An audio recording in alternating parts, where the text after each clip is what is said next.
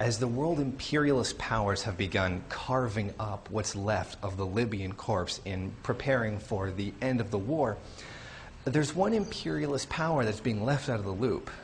China and its traditional non-intervention policy is starting to be questioned by people inside the country as they are seeing their own interests being threatened by this war.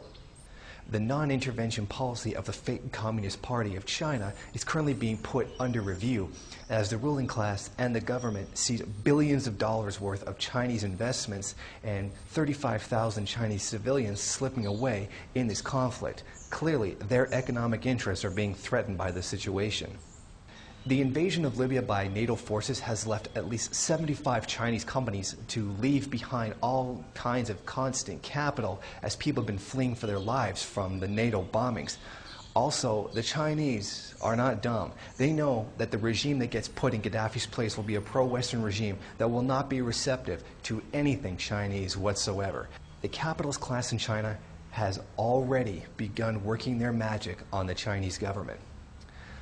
All references to the Egypt or Tunisian uprising have been blocked on blogs, and they've been censored and kept from the public eye.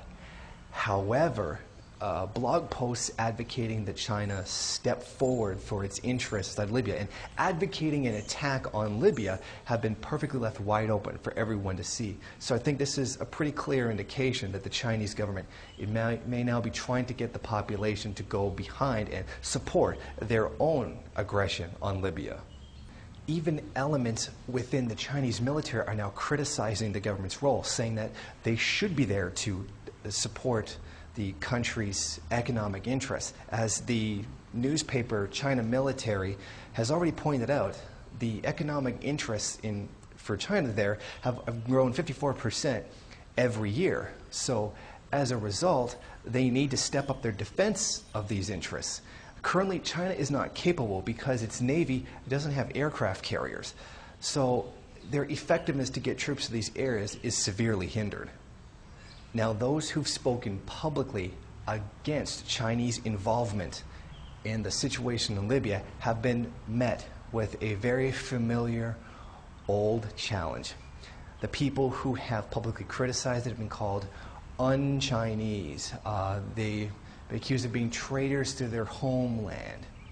A very similar, the exact same right-wing nationalist stance. If you don't agree with what the government is doing, then therefore you are a traitor, and therefore somehow you're supporting the terrorists, and it's your fault 9/11 happened.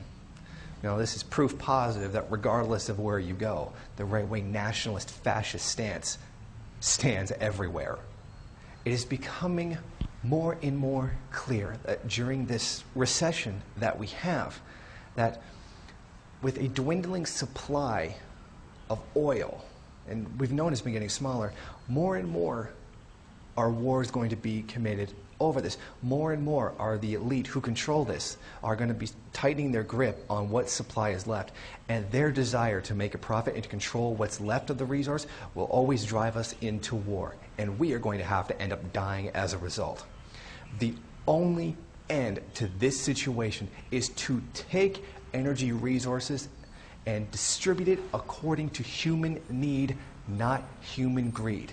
The profit motive is only going to drive us into more war and lead to millions upon millions of more deaths. We need to end this system, end capitalism, or it's going to kill us all.